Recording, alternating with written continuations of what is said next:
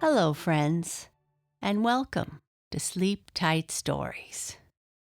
A short message for grown-ups. Looking for more calming entertainment at sleep time?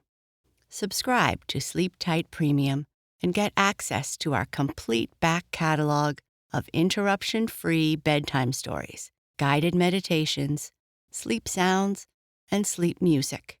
And special shout-outs for the kids. Visit sleeptightpremium.com to begin your free trial. A link can be found in our show notes. Thank you.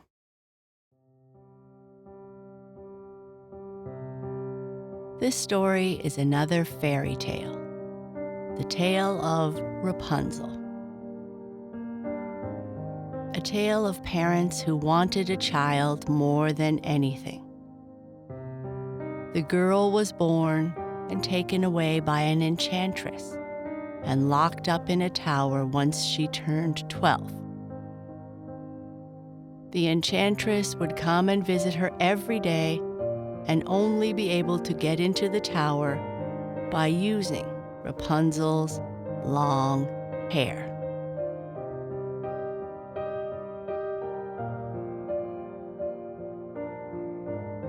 Rapunzel. There were once a man and a woman who had long in vain wished for a child. At length, the woman hoped that her wish was about to come true. These people had a little window at the back of their house from which a splendid garden could be seen, which was full of the most beautiful flowers and herbs. It was, however, surrounded by a high wall, and no one dared to go into it because it belonged to an enchantress who had great power and was dreaded by all the world.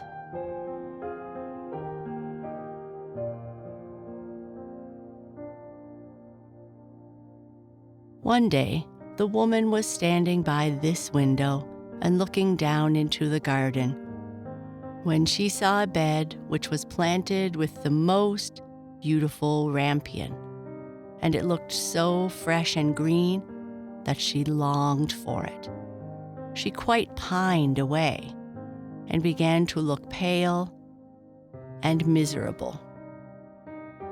Then her husband was alarmed and asked, "What's wrong, dear wife?"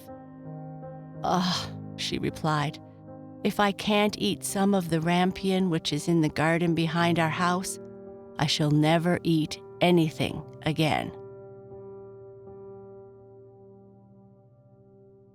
The man who loved her thought, "Sooner than let your wife fade away, bring her some of the rampion yourself. Let it cost what it will." At twilight, he clambered down over the wall into the garden of the enchantress, quickly clutched a handful of rampion, and took it to his wife. She at once made herself a salad of it and ate it greedily. It tasted so good to her, so very good, that the next day she longed for it 3 times as much as before.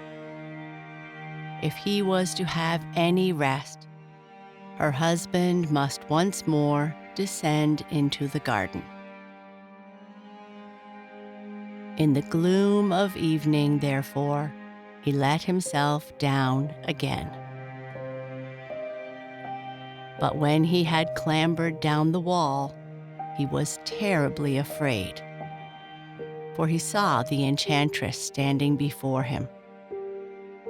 "How can you dare," she said with an angry look, "descend into my garden and steal my rampion like a thief? You shall suffer for it." "Ah," he answered, "let mercy take the place of justice. I only made up my mind to do it out of necessity. My wife saw your rampion from the window and felt such a longing for it that she would have faded away if she had not got some to eat. Then the enchantress allowed her anger to be softened and said to him, "If the case be as you say, I will allow you to take away with you as much rampion as you will. Only I make one condition. You must give me the child which your wife will bring into the world. It shall be well treated, and I will care for it like a mother." The man in his fear consented to everything.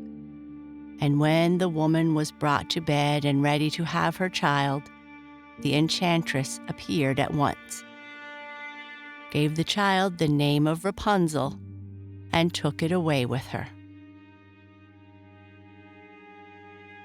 Rapunzel grew into the most beautiful child under the sun.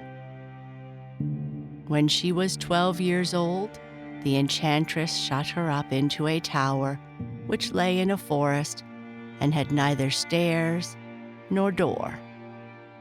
But quite near the top was a little window. When the enchantress wanted to go in, she placed herself beneath it and cried, "Rapunzel, Rapunzel, let down your hair to me." Rapunzel had magnificent long hair, fine as spun gold. And when she heard the voice of the enchantress, she unfastened her braided tresses, wound them round one of the hooks of the window above, and then the hair fell 20 stories down, and the enchantress climbed up by it.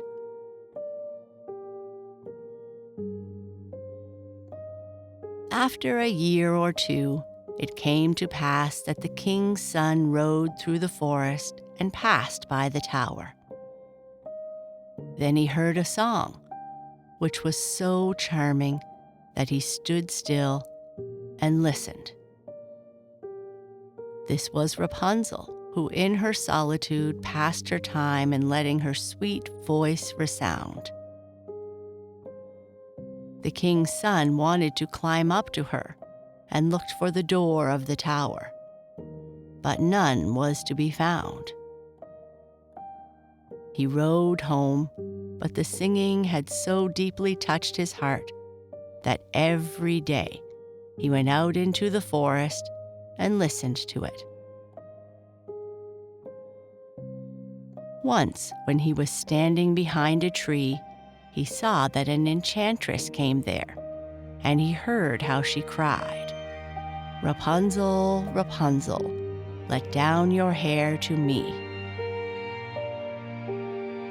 Then Rapunzel let down the braids of her hair, and the enchantress climbed up to her.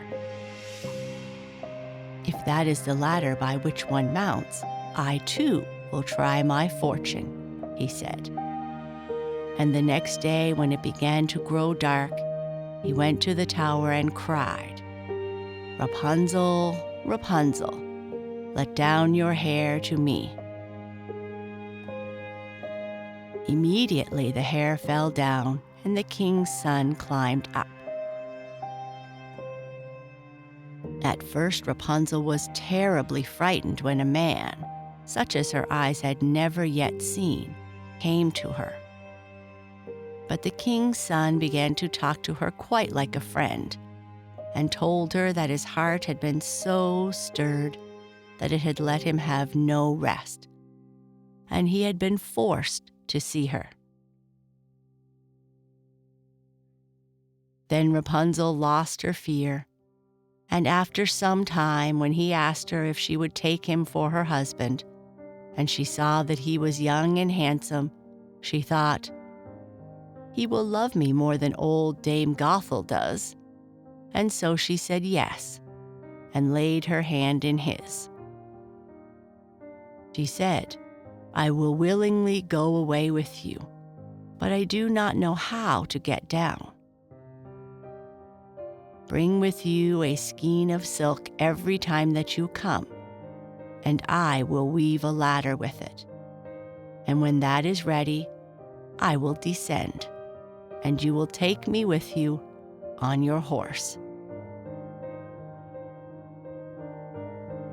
They agreed that until that time, he should come and visit every evening, for the old woman came by day.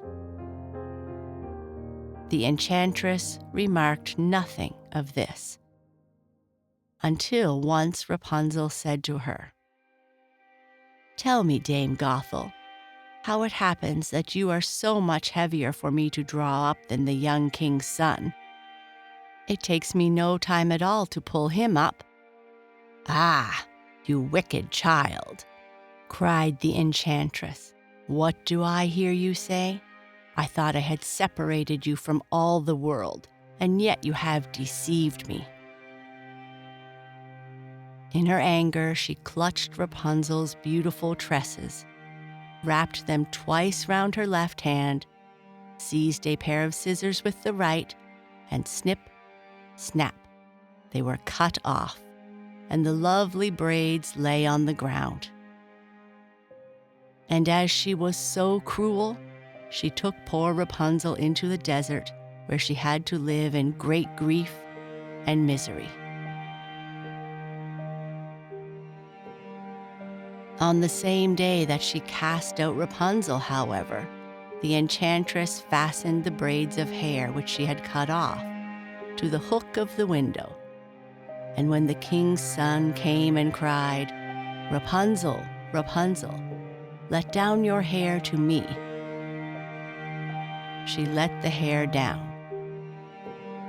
The king's son climbed up, but instead of finding his dearest Rapunzel, he found the enchantress, who gazed at him with wicked and dangerous looks. "Aha!" she cried mockingly. "You would fetch your dearest, but the beautiful bird sits no longer singing in the nest. The cat has got it and will scratch at you. Rapunzel is lost to you. You will never see her again." The king's son was beside himself with pain, and in his sadness and need to get away, he leapt down from the tower. He escaped the enchantress, but the thorns into which he fell had scratched his eyes. He then wandered quite blind about the forest, ate nothing but roots and berries, and did nothing but sob and weep over the loss of his dearest Rapunzel. Thus he roamed about in misery for some years, and at length came to the desert where Rapunzel, with the twins she had had, a boy and a girl, lived in sorrow and unhappiness. He heard a voice, and it seemed so familiar to him that he went towards it. And when he approached, Rapunzel knew him and fell on his neck and wept. Two of her tears wetted his eyes, and they grew clear again, and he could see with them as before. He led her to his kingdom, where they were joyfully received, and they lived for a long time afterwards, happy and content.